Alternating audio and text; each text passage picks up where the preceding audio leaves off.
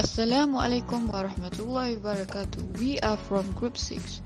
I am the first speaker and my name is Nur Alisa Adenin binti Muhammad Zain with the metric number 17160038.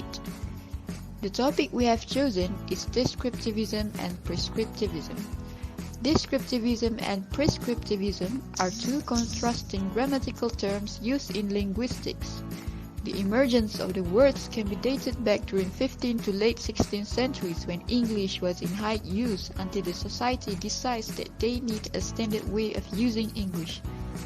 Leonard 1929 defined prescriptivism as an attempt to control and regulate the uniformity and conformity of language through an outright standard with the indication of authority and reason. Drake 1977, on the other hand, defined descriptivism as analyzing and describing the functions of the language actually in use. So, from this here on, the rest of the video will explain about the differences of descriptivism and prescriptivism, the pros and cons, and the example of its usage. Hi, my name is Nur Shahida binti Abdul Hamid and my metric number is 1712672.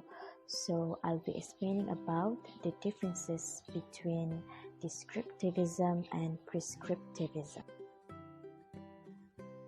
So what are the aspects that differ between these two approaches? Basically, there are three aspects that we want to look at, which are the characteristic, the concern of the studies, and who use these approaches. So let's start with the characteristic. One of the aspects of the characteristic that we want to look at that differs between these two approaches is it's either they are judgmental or non-judgmental. For descriptivism, it is considered as non-judgmental studies because it accepts whatever grammar rules or even languages rules that are being used by an individual or a society. Prescriptivism, on the other hand, is a judgmental studies because it determines whether the grammar's use is right or wrong. And we also want to look at what studies these two approaches fall under. Like descriptivism is a pure study. This is because it exposes how people basically use grammars in their language, while prescriptivism as applied studies provides ways people should use grammar in their language. The differences can also be seen in the concern of their studies. Like descriptivism, it focuses on studying how grammar are used and how it develops within an individual or society. With that, descriptivists basically summarize how people use grammars in society, or you can say how commonly people use grammars in their language. On the other hand, prescriptivism, it basically focusing on ways grammars should be used in a language. And commonly, prescriptivists try to develop rules for grammar into a single standard that people should follow as a guidance. And lastly, those who use these approaches also differs, like for descriptivism. Descriptivism are commonly used by those who want to study the nature of humans' language, like linguists. On the other hand, prescriptivism are those who use it for work or formal purposes, like educators and researchers. Hi, Assalamualaikum. My name is Nurul Nabila binti Muhammad Rafi. My metric number is 1721172. For my part, I will be explaining on the pros and cons of descriptivism with few examples. Descriptivism is an approach to grammar that actually focuses on how the language is spoken. The first advantages of descriptivism is that it gives an ability to a person to choose what to use in each particular situation regarding words, phrases, and their variations. According to Leach, Euchar, and Hugenroth 2006, descriptive grammar study is not judgmental and it does not have a goal on deciding what is good or bad language. The structure is correct, grammatical, or ungrammatical. Therefore, descriptivism is able to use certain words in a particular context, and at the same time, it allows to transfer to the other ones. The second advantage of the descriptivism approach is that it explains and describes the circumstances of human speech and motivations. Descriptivism helps to understand the language better in certain meanings, changes the way to communicate with its influence, and to analyze how other culture and nation influence it. Moreover, with the descriptive method, many proverbs, slang expressions, and idiomatic are being used in our everyday speech. Therefore, with descriptivism, it enables us to analyze and learn why exactly people use certain words and phrases in this particular way. The third advantage of descriptive grammar is to help the learner to speak and write like a native speaker. It reduces learners' confusion when they speak with a native speaker, but it is not ideal for beginner learners because the rules are not precise. By listening to a speech by a native speaker, the learner can understand how the language is used by a native speaker.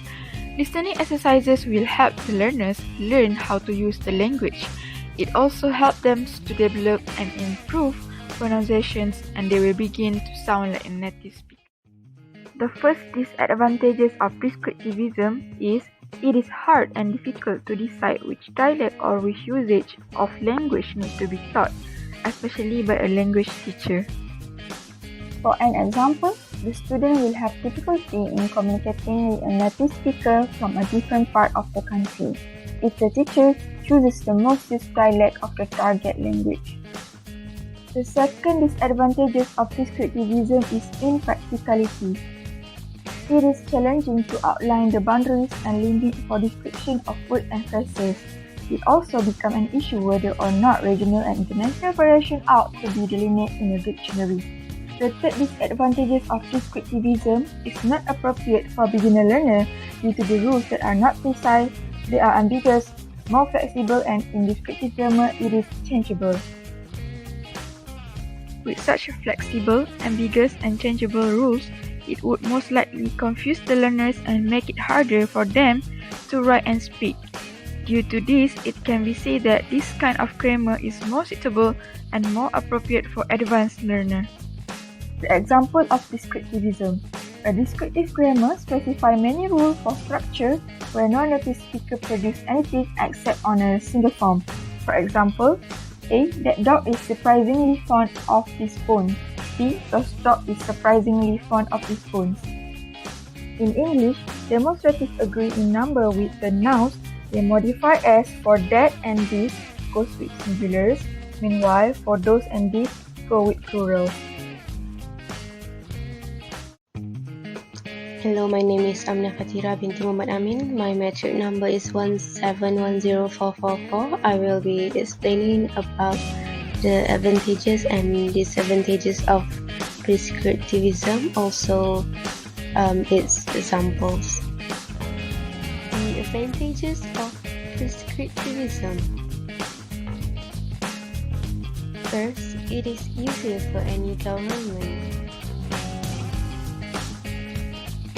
This is because they tend to prefer to regulate with a series of communications because they themselves believe that these regulations can bring to much more stable progress by enabling easier communication.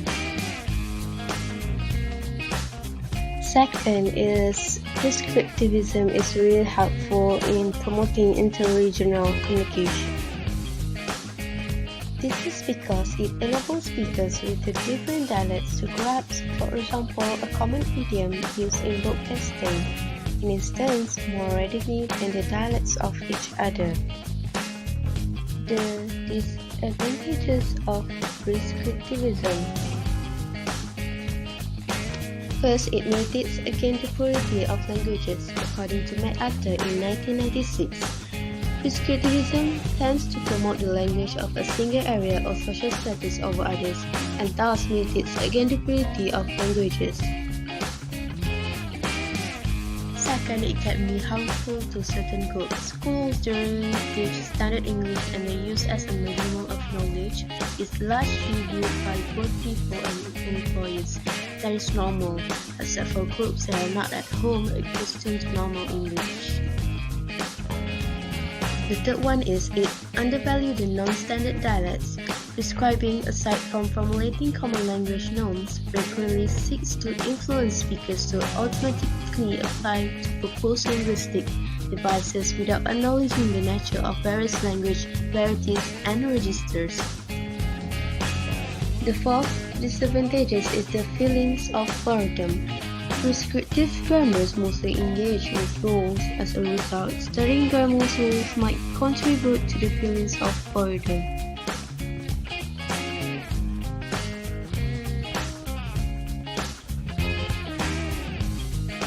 First, infinitive cannot be split. For example, I have to really help her now. Putting adverb in between to and bar infinitive is incorrect, in which only infinitives must be followed and no other words can be matched with, for example, adverb. Second is shall versus will. For example, I shall do this, but he will do that again. The usage of shall is for the primary person, which is singular, I, and for the plural is we, while will is used in particular for second and third person.